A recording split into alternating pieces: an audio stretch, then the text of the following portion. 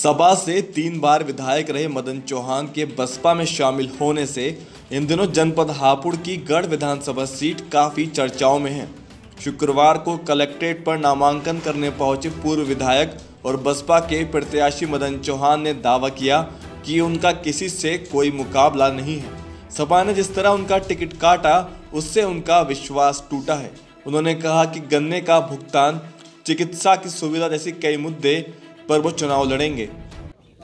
देखिए, पहले तो मैं बहन मायावती जी का बहुत धन्यवाद देना चाहूँगा कि मुझे उनका आशीर्वाद मिला।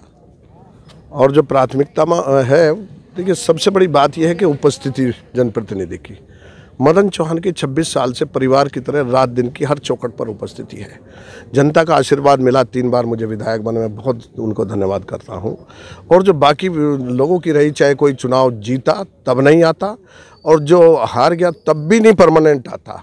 जो चुनाव लड़ते हैं दोबारा 5 साल कोई नहीं आता। मदन चौहान बराबर दुख सुख में शामिल रहता है, इसलिए मैं दिल में उनके बसा हूँ। भले ही जनप्रतिनिधि की भाषा कुछ भी हो, लेकिन मदन चौहान को आशीर्वाद मिलता है। जब मुझे टिकट को नहीं वहाँ से मिला और न जाने क्यों काटा, मुझे नहीं पता, मेरा विश्वास ज़रूर टूटा और मुझे तकलीफ भी हुई। तो मुझे आम मेरे सम्मानित नागरिकों ने कहा चुनाव आपने हर हालत में लड़ना है। तो तभी बहन जी ने हमको आशीर्वाद दिया। और मेरी प्राथमिकताएँ हैं, एक तो बिजली की प्राथमिकता है। बिजली का जो अनाप शनाप लोगों पे थोपा जा रहा है उसको हम सुधार चाहते हैं। दूसरी गन्ने की भी है, गन्ने का जो भुगतान है वो किसी भी कीमत पे होना चाहिए। तीसरा चिकित्सा में है, आदमी असहाय होकर मर रहा है, चाहे बुखार से हो चाहे कोरोना से हो, उसको वो चिकित्सा नहीं मिल रही टेस्ट की या उस तरह की जो मिलनी चाहिए। बहुत बड़ी आवश्यकता है उसमें। मैंने ट्रॉमा सेंटर जो स्वीकृत कराया था पहले, वो न जाने इन 5 साल में कहाँ चला गया। बनता तो रुकवा दिया गया और वो आज तक पता नहीं। उसको मैं दोबारा बढ़िया एक हॉस्पिटल लाना चाहता हूँ नोएडा गढ़ में। ब्रज घाट पर मैं तो बड़ी धार्मिक हमारी सरकार थी, लेकिन एक ईंट भी ब्रज घाट पर नहीं लगा पाई। वो पूर्व की सरकार, वो हमारा प्रयास रहा।